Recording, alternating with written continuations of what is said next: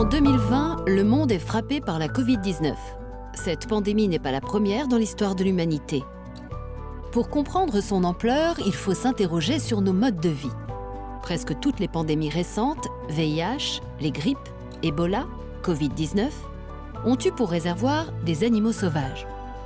L'accroissement démographique, le développement économique, la déforestation et l'urbanisation incontrôlée ont réduit l'habitat des espèces sauvages. Cette proximité entre l'homme et la faune sauvage accroît le risque de transmission de maladies.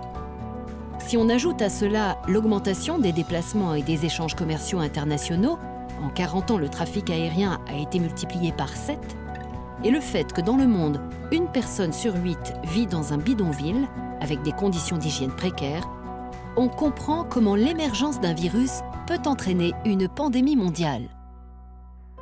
J'ai été témoin des ravages de nombreuses épidémies.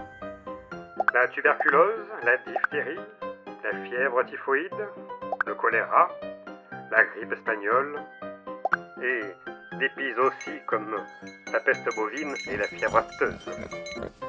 Toute ma vie, j'ai étudié les pathogènes responsables d'épidémies chez l'homme et d'épizooties chez l'animal. J'ai développé des tests de diagnostic pour identifier ces micro-organismes et des sérums pour soigner ces infections.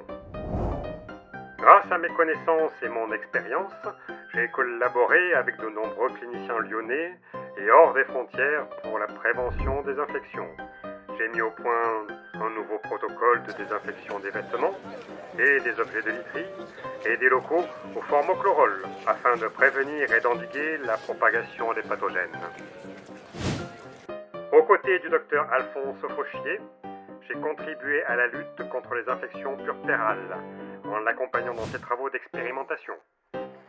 La méthode mise au point fut plus tard reprise dans toute l'Europe et contribua à faire chuter significativement les décès de femmes après l'accouchement. En 1926, une épizootie de fièvre afteuse a frappé la région lyonnaise. Vétérinaires et agriculteurs étaient démunis face à cette crise qui décimait les bovins.